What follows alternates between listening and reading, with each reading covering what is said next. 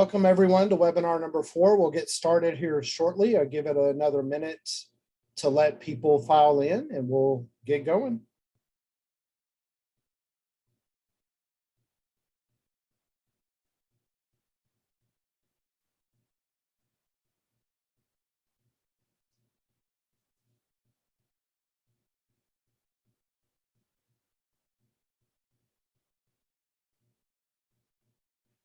All right, it's 11 o'clock. We're going to get started on our House Bill 4545, webinar number 4, which will cover some resources that are available. First of all, I'd like to get started with our presenters. We have Dr. Ruiz Mills, the Director of Effective District Practices. I'm Colby Self, the Director of Texas Tutoring Supports. And we also have with us a special panelist and guest, Erica Gray. She's a senior advisor for Learning Heroes, and I want to give Erica a few seconds to talk a little bit more about Learning Heroes. We've partnered with them to help with some of our communications to make them help make them more parent friendly, as well as releasing some tools for teachers as well. So Erica. Yeah, thanks so much, Colby, and thank you all for joining us today. I'm excited to be here. So I'm a senior advisor for Learning Heroes, as Colby mentioned, and if you're not familiar with Learning Heroes, we have been partnering with TEA, I guess, for about the past 4 years. So even if you haven't heard of our name, you've probably seen a lot of the things that we've worked with TEA on. A couple of years ago, it was the Login Learn More campaign. We did tons of flyers. You may have seen those this year, and just continuing to support the staff in creating more parent-friendly family communications. And I also know that there's lots of educators on the call right now, I believe. So would also just share that what seems like another lifetime ago, I started my career as a special education teacher. So excited to be here with you guys and share some of the tools and hope that you find them helpful. All right, we also have some additional guests with us today as panelists and helping with the Q&A. We have Tracy Young, who's also from Learning Heroes. Let's welcome Tracy. Hi there. Thanks for joining us. And additional staff from TEA, we have Julie Cole and Nicole Aguirre. They're going to be here to help us with some of the Q&A. So if you do have questions as we go along, if you want to progress through the presentation at the end, if you still have questions, if you'll drop it in that Q&A, we're going to try to answer as many questions as we can live. If not, we will follow up with the FAQ and we'll present that info at the end. So first, let's look at an overview today of our objectives. Today, we want to provide resources for the LEA implementation, the House Bill 4545. The law was signed in a little bit over a month, June 16th. So we've been moving quickly to get resources together and provide these webinar trainings for you as well. We also want to provide context and guidance for accelerated learning committees. And Dr. Ruiz Mills will provide some more context to that. So first off, again, there's a lot of information going to be presented today. If you have a specific question, if you'll just hold on to that question, see if it's answered in one of these sections. If not, please add it to the Q&A and we'll try to get to it if possible as time permits. So we want to recap from the last webinar about the Accelerated Learning Committee. And I'm going to turn it over to Dr. Ruiz Mills, and she's going to provide the background so everybody has a basic understanding of that process. Thank you, Colby. So just to review what an Accelerated Learning Committee entails, the Accelerated Learning Committees are required for students who do not perform satisfactorily on the reading and math assessment. This is for students who take the 3rd grade STAR, the 5th grade STAR, and the 8th grade STAR. We have received questions on what performing satisfactorily means. And that means if you perform satisfactorily, you are in the achieves, meets, or masters category. If you do not perform satisfactorily, you are under the achieves and you are at the did not meet standard. So from this Accelerated Learning Committee, we must establish an educational plan, and this plan must be in place by the start of the subsequent school year. Now we know that when this bill came into play on June the 16th, we may not have enough time right now. So we understand that this may take some time, but as long as we're showing reasonable effort to get these committees established as soon as possible, the agency understands that. Students are required to perform at the appropriate grade level by the conclusion of the school year, and the plan must be documented in writing with a copy provided to the student's parent or guardian. And we'll be showing some examples of that later on in the presentation. And if a student performs unsatisfactorily on an assessment in the subsequent school year, then the Accelerated Learning Committee must identify the reason and adjust the learning plan to ensure the student's success. The next slide is going to show us the required members of the committee. And first of all, the first member should be the principal or the principal's designee, and then the student's parent or the guardian, and then the teacher of the subject of an assessment on which the student failed to pass. Now, what that means is the teacher of the subject of the assessment should be a teacher at the receiving school or grade level with understanding of the text and content in that subject. But we also recommend it include the teacher from the previous grade or the previous campus to provide context and input and feedback on helping the receiving campus or grade level establish what that educational plan will look like and help support the student.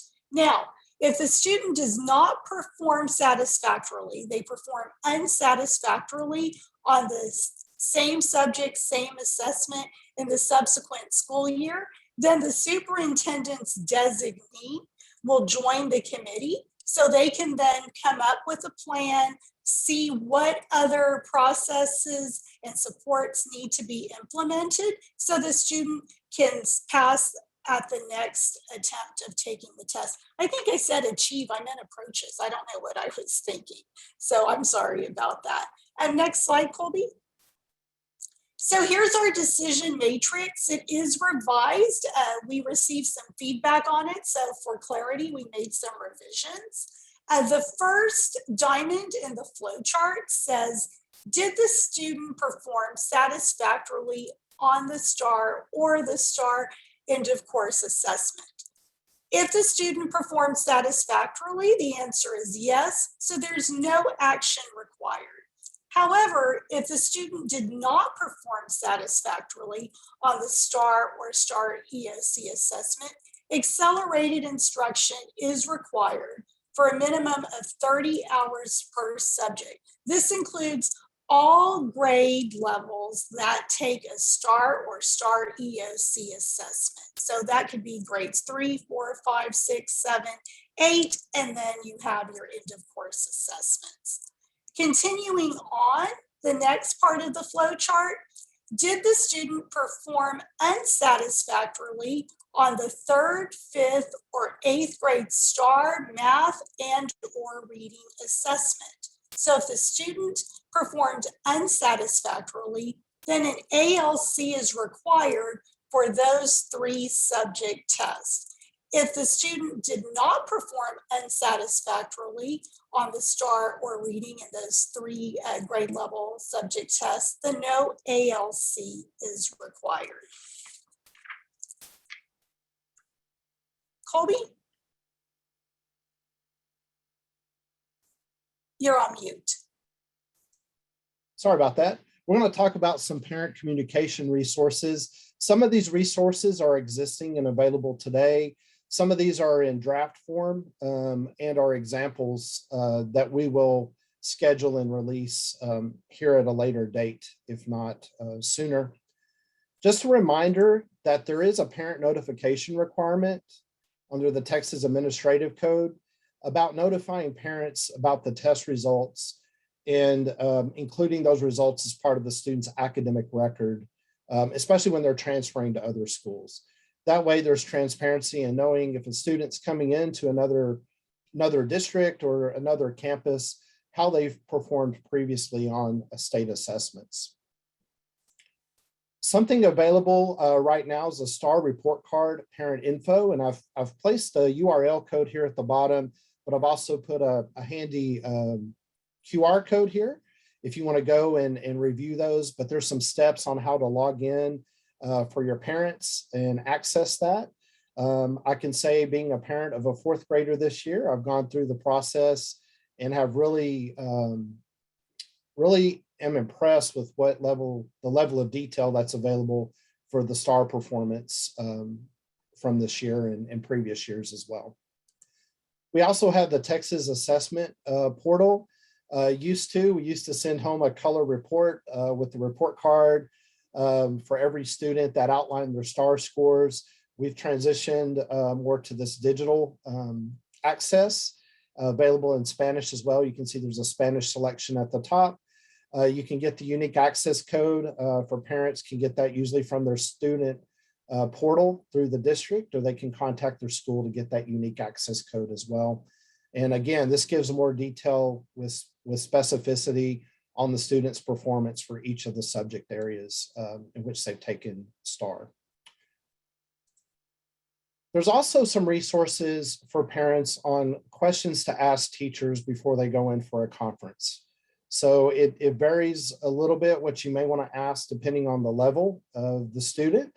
But this website and QR code, subsequent QR code here, will give some ideas for parents to be able to think through the conference and what specific information does a teacher have that they may want to bring up as part of that conversation to better understand the needs of their student and also help support the teacher and the student's education overall. So that resource is available today. There's also a questions to ask a counselor. So if you're a parent and you need some ideas of what school counselors can or cannot do, you can definitely reach out to the counselor of that school. But here's some thought questions that you can go through as a parent to say, well, what do I need to ask? Because as we get up into secondary, counselors have more of a career basis. In addition to the counseling for the pathway of students as they go through credits and college selections and college and career readiness tasks there. So next we're going to move to resources that support accelerated instruction. And these are going to be some examples, draft examples that we're working on getting out for you here in the near future. So first of all, we do have a House Bill 4545 planning guide. And these are questions and topics that as a LEA, you could ask yourself as you're going through the statutory compliance for House Bill 4545 and setting up your accelerated instruction programs and how those are going to look and how to best support the students with the spirit of what House Bill 4545 is. And that's to combat, any learning loss the students have had, and especially surrounding STAR specific TEKS that they have missed that they need support with. It does have some broader scope and questions when it talks about board policies and just understanding that there may be some systems changes, and we'll talk a little bit about that later, of some possible master schedule changes that may need to be made to meet the needs of the accelerated instruction that needs to be provided. We've been fortunate to get a lot of great examples from districts as they're thinking through the House Bill 4545 implementation, how they're going to track their students' accelerated instruction requirements, the 30 hours per subject. And this is an example from Hawkins ISD. And they were able to develop a chart that gives a range of time based on the number of minutes per week or per session that are given in accelerated instruction.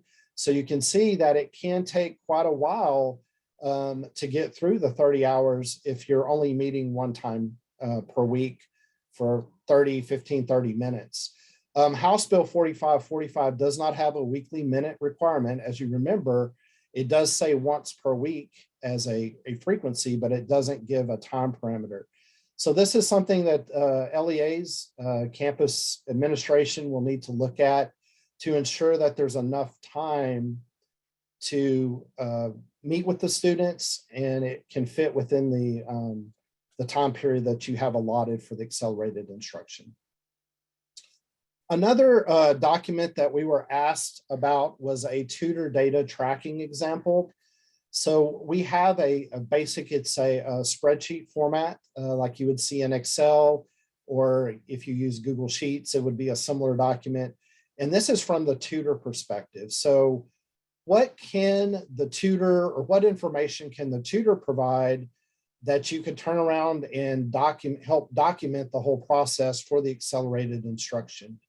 Some of the areas are the student ID, name, grade, the accelerated learning subject, because we realize several students may have more than one subject.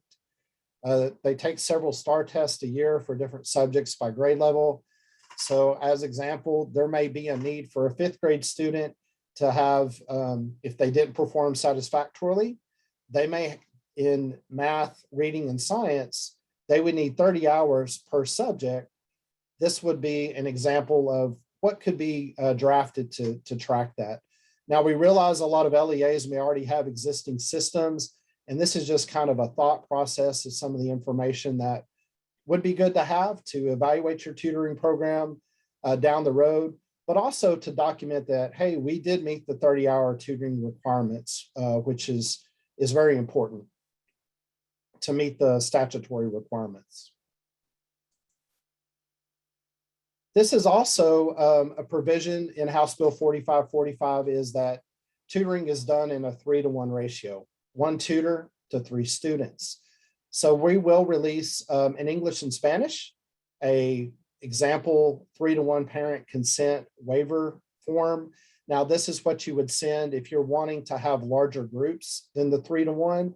And this is informing the parent about the information contained in House Bill 4545, talks a little bit about why the student is receiving tutoring, and provides the decision for the parent to make. And it is given permission, if you notice here, 3-to-1 for the following subjects. So if you have students that are receiving multiple subject accelerated instruction, the parents would have the option to say, yes, I would agree for a larger group for math, but no, I do want the 3-to-1 for reading, or I want them all, I agree to have them all be in a larger group. So this is going to outline that for parents as well. And so we've been partnering with different groups, again, Learning Heroes, to get feedback on how to make this informative, but as well provide enough information for LEAs to get the feedback from parents that they're needing as well. I'm going to turn it back over to Dr. Ruiz Mills, and she's going to talk a little bit about the ALC agenda and the processes surrounding that. Right. Thank you, Colby. This is just the recommended components of an ALC agenda. You may already have a process or a protocol that you follow, but we would recommend starting with an introduction of meeting everybody in the room, stating the why, the purpose of the meeting, the House Bill 4545 requirements, and then going into the review of the assessment data for that student and how that blends in with the House Bill 4545 requirement. You'll have teacher feedback from the receiving teacher and from the previous teacher. You'll have feedback from them, answering any questions. And of course, you want the parent feedback. You want to ask the parent, how does your student learn? What can we do to support your student? And just get their feedback on what approach in attaining the 30 hours of accelerated instruction will work best, not only for the student, but also for them. That goes to developing the plan, how the accelerated instruction or tutoring will occur, when will it occur, the role of the school, when will we communicate, do we need to provide transportation, the role of the student, making sure that they're able to get to their accelerated instruction tutoring if it's before school or after school, and then the role of the parent in also communicating with the campus to ensure what is occurring throughout that process. And then any final questions, and then closing with setting follow-up dates to continue that conversation. We also have here an accelerated learning committee example meeting document. And here you would just identify all of the members of the committee, the principal or the teacher, the parent, the guardian, an LPAC or 504 representative. Those would be the people that you would have in your committee. We put the sample agenda on the bottom. You can always change this to meet the agenda that you'll have. And then we also have an area where you can put the STAR or STAR Alt 2 information. And then on the bottom, there would be an acceleration learning plan where you would document it. You could also document how this is going to look, the frequency of the tutoring, the location of the instruction, the staff member that's going to be responsible, and when it's going to occur. I also want to clarify something here. I pulled up the FAQ, and when we're looking at the members, I just wanted to let you know that in the FAQ, we do have a new question regarding the principal or the designee. And what we have put that our guidance is to include the receiving campus principal or principal's designee that will help ensure that the receiving campus is aware of the recommendations and plan from the ALC and are ready to implement that plan once receiving the student in the next school year. So we're recommending that it be the receiving principal. And then for the teacher, because we did receive a question, if we could clarify that one more time. So we put that the teacher of the subject of an assessment which the student failed to pass is the current teacher of the content. However, we are going to give LEAs discretion, especially in this first year, due to the timeline.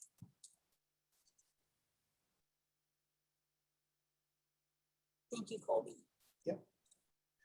So we'll transition to Erica from Learning Heroes, and she'll present some content there.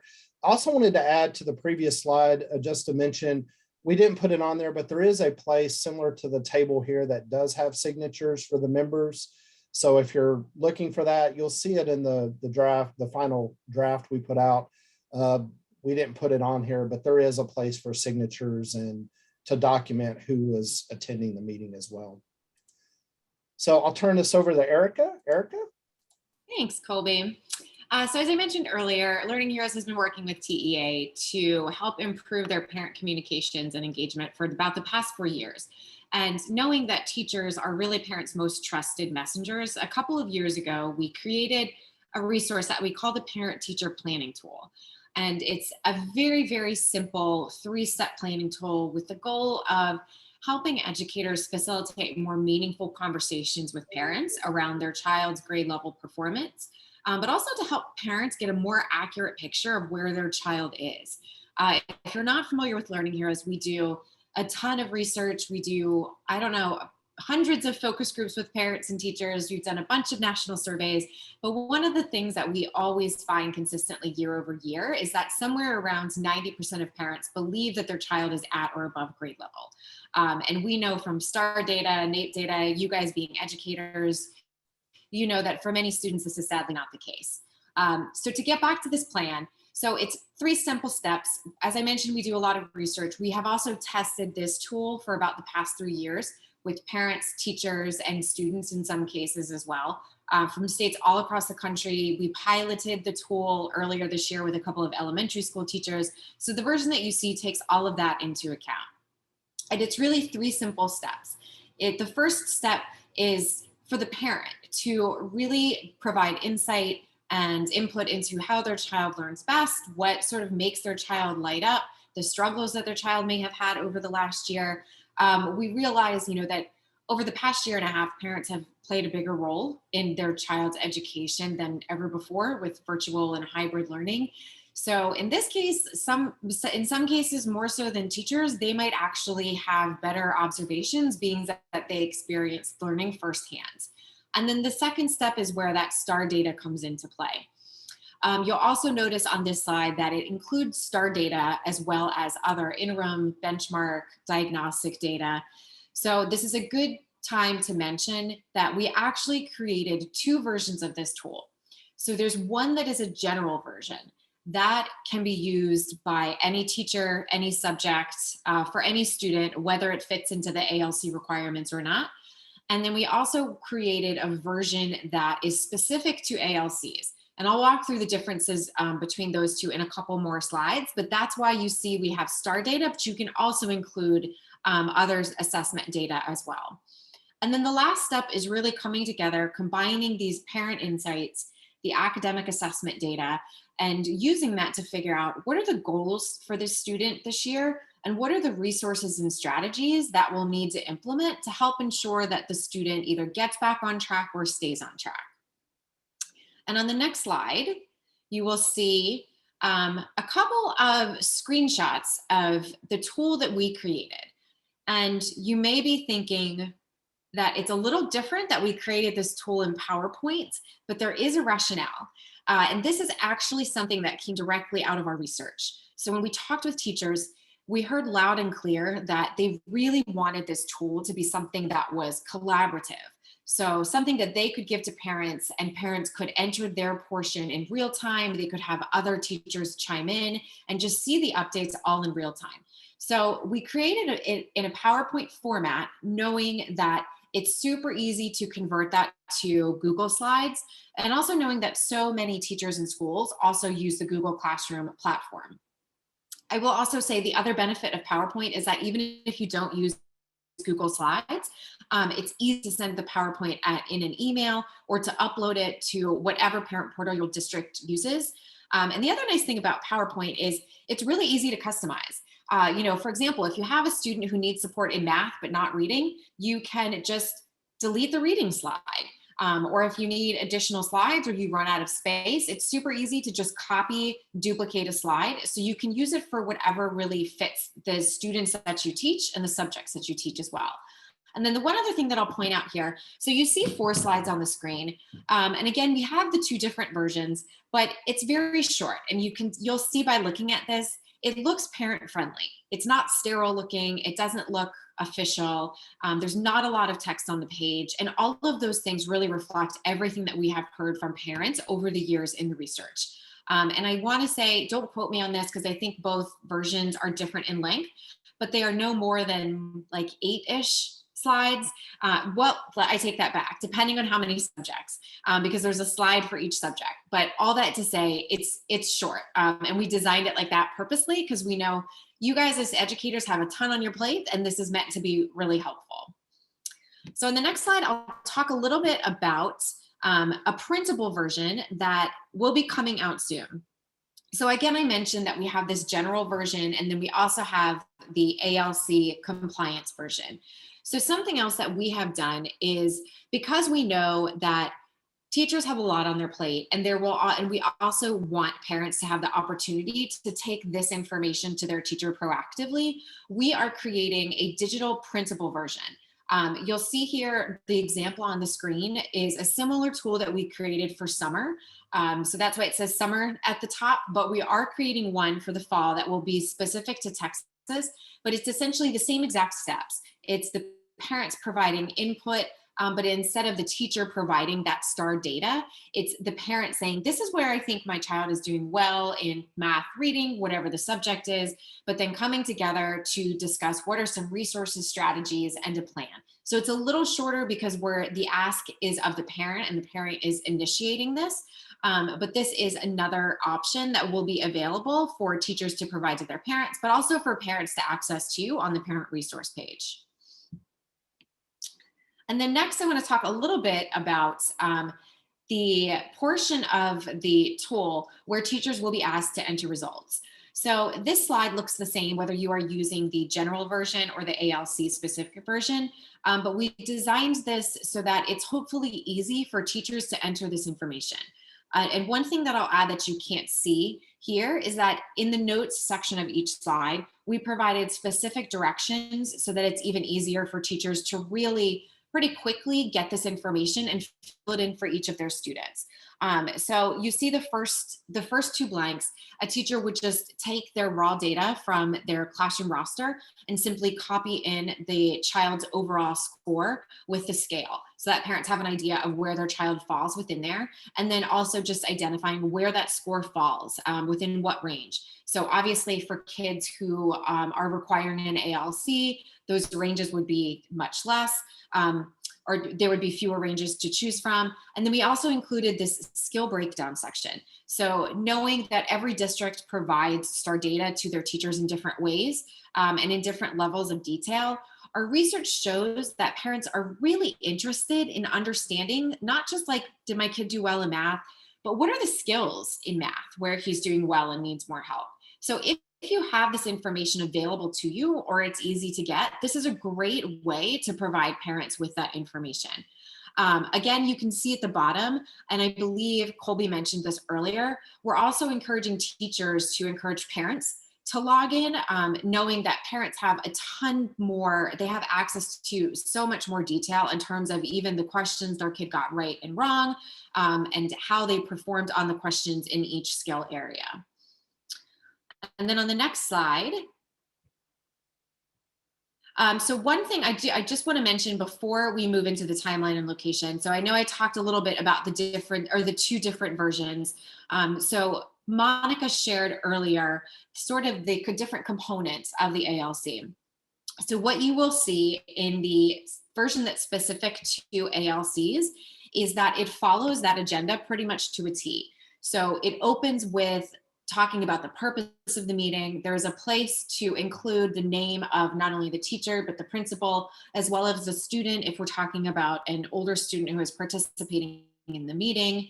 And then I think the big difference that you will notice is at the end of the tool for the ALC version, there isn't necessarily a ton of detail and discussion meant to be had around the goals, the strategies, and the resources, because obviously that is a much more detailed accelerated learning plan. And we saw a couple slides ago that there's a place to really build that out in that meeting documentation that has room for all of the participants' signatures. So those are really the two big differences that you will see. And then the other obvious one is that the ALC version only has slides for math and reading, while the general one is for teachers of really any subjects. So I will stop there and turn it back to Colby and Monica, but very happy to answer any questions, whether that's in the chat. I know we have a lot of time left, so yeah, just happy to answer any questions you may have. Thank you, Erica. That was really informative. Now we're going to look at the timeline that we've created. This is just a guide that we'll be putting into a PDF with live links, but we really wanted to provide some guidance on implementing accelerated instruction and the accelerated learning committees. So during the month of July, if you haven't done so already, review the webinars 1 through 4. If you've been with us from the very first webinar, thank you for being part of our journey and our initiation into TEA. We appreciate you. Review the FAQs. We have a new set of FAQs that will be coming out later today, and we'll discuss again after this slide. And then review the HB 4545 planning document and establish processes for identifying, reviewing, and tracking your student data. So what subjects will the student need? You can use our form in addition to what Learning Heroes has created. When will it occur? What will that accelerated instruction look like? Just making sure that you have the documentation needed to show the minimum of those 30 hours that are required, and then determine that accelerated instruction schedule. Then the month of August, we have some actions and milestones where again, you're contacting parents and guardians, you're scheduling your ALC meetings, you're giving them the 3-to-1 consent if the tutoring is going to occur in a larger student to ratio from student to teacher. We'll also have that letter in Spanish. And then the month of September, your accelerated instruction implementation, and you're completing your ALC meetings if you have not completed them by then. And then again, in October, establishing a set of processes for monitoring, progress monitoring, and communicating that progress and attendance, and just overall feedback to the parents and guardians and receiving feedback from them. And then in the month of November, making any adjustments necessary to that accelerated instruction. Again, we'll turn this into a PDF with live links, and it will be posted on our website as well. And Colby, and this final slide, of course, are the QR codes where you can go to our website, the Accelerated Learning website, and our House Bill 4545 FAQs. And then there's our email address down at the bottom, accelerated.instruction@tea.texas.gov. And before we open it up to questions, I mentioned earlier that we have some FAQs that will be released later today. I wanted to go over one of the very first questions at the top of the FAQ. It's new, and I just wanted to go over that with you. And the question reads, I'm just going to read it to you. It says, given the significant additional requirements for districts and short timeline for implementation, how will TEA be enforcing compliance with these new requirements, especially during the first year of implementation? And so what we've put here is we recognize HB 4545 included many new requirements for districts to implement.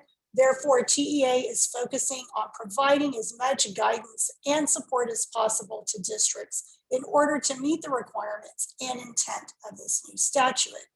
Given that it may take time for LEAs to make the types of master scheduling and staffing changes to meet these requirements, we do not plan to strictly enforce compliance in the first year, as long as districts are making reasonable efforts to meet the requirements and there is no evidence of willful non-compliance with the statutory requirements. So this will be at the LEA's discretion, and we know that everybody will work at their highest capacity in meeting these requirements and doing what's best for our students. So we just want to thank you for your patience.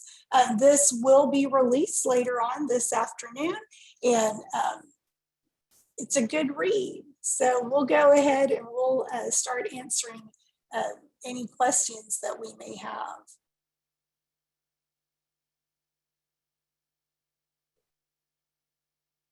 Nicole? So we'll ask Nicole or Julie. We're also going to look at the Q&A. Are there any questions we need to answer for the group?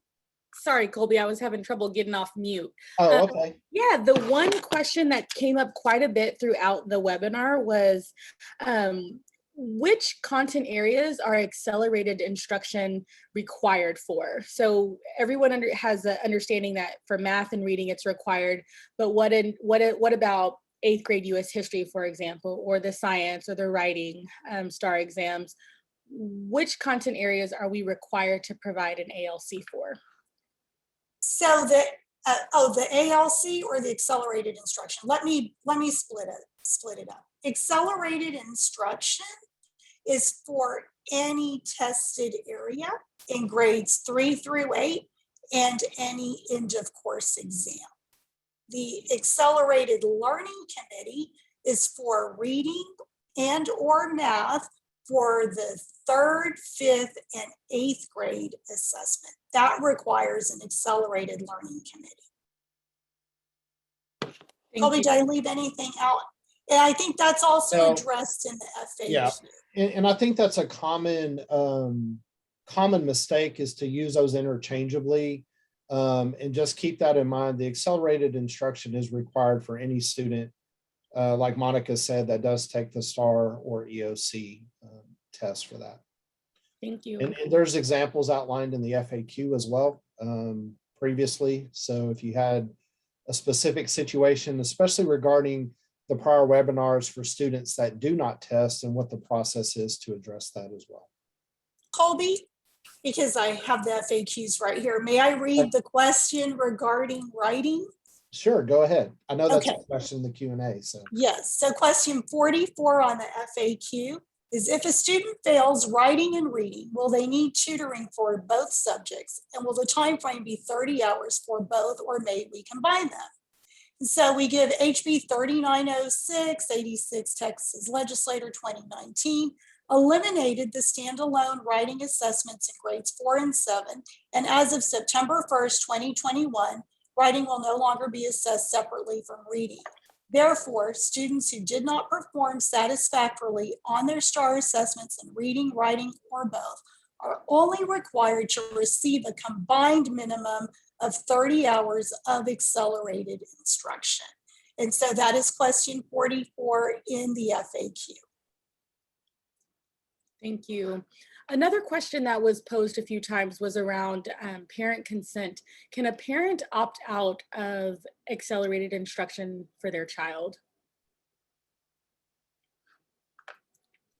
So there's not a way to opt out. The law does not have a provision where a waiver can be signed and a student does not receive accelerated instruction as outlined by the law. And I don't know if that Monica wants to add anything to that. That is question 17 of the FAQ. And Julie, would you like to add to that? Yes. So the accelerated instruction is part or included in the compulsory attendance law. When the parents have concerns about the timing of the accelerated instruction, they are part of the accelerated learning committee. So they can work with the districts to determine when is the best time for that accelerated learning committee. If the student has after school commitments, maybe an after school accelerated instruction is not the best time. So maybe they need to work with the district to determine when is the best time, but opting out is not an option.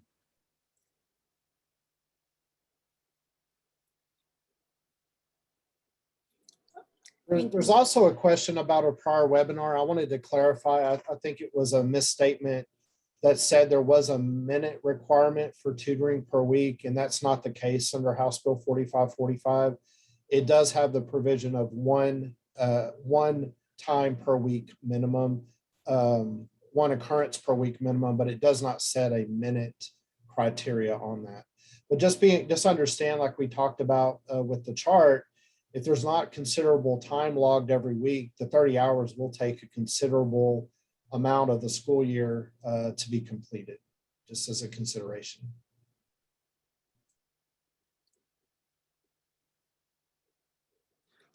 Another question that's come up quite a bit is around resources. Can you share more about when resources will be made available to districts? Yes, so we'll be posting this video. We ask that you give us at least 24 hours, but we will post on our website the Accelerated Learning Committee document. We will also post the 3-to-1 ratio consent form, and we will also post the student data tracker for tutoring purposes.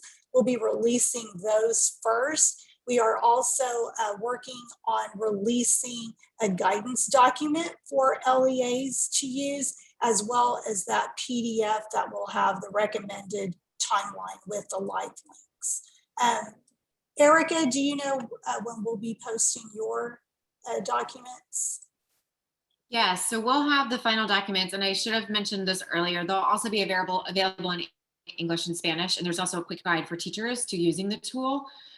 So we will have those to TEA later, the Spanish versions later today or tomorrow. So I'm assuming they'll be, I don't want to overpromise because I'm not inside TEA and responsible for publishing them on the site, but I would say in the next couple of days is safe to say.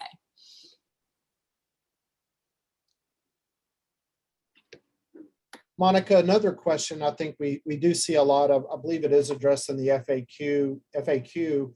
So if a student, for example, in the spring did not pass math, but they're going to take an EOC in December, what happens if they don't perform satisfactorily in December and they haven't completed their 30 hours from the original math test that are required, the accelerated instruction from the math test? I don't know if Monica's, there you are. I'm right here. Sorry. So was it an 8th grade math test, Colby? It's just a general, says pretty much do the hours start over if an EOC student retests in December and fails again. So it would be added to the existing 30 hours that would be required, correct? I think we might want to take that one back and talk Yeah. about it. Each time the student fails, they're required to have accelerated instruction, but whether that adds on or not, we need to Okay. discuss. Okay, so that'll look for that in the FAQ then. For next week's FAQ, not today. Nicole, any other questions?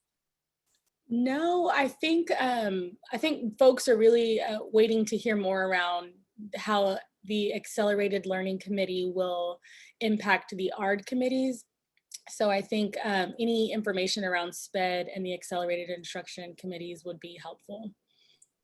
Yes, we have a whole section in our FAQ addressing that particular question, and that will be released later on. And so I'm trying to find it. So remember that the ARD committee acts as the Accelerated Learning Committee. However, they can't waive any of the House Bill 4545 requirements. But most of the work they typically do in establishing an IEP is part of the accelerated instruction and ALC process. But yes, definitely look at the FAQs currently, as well as the updated ones coming next week.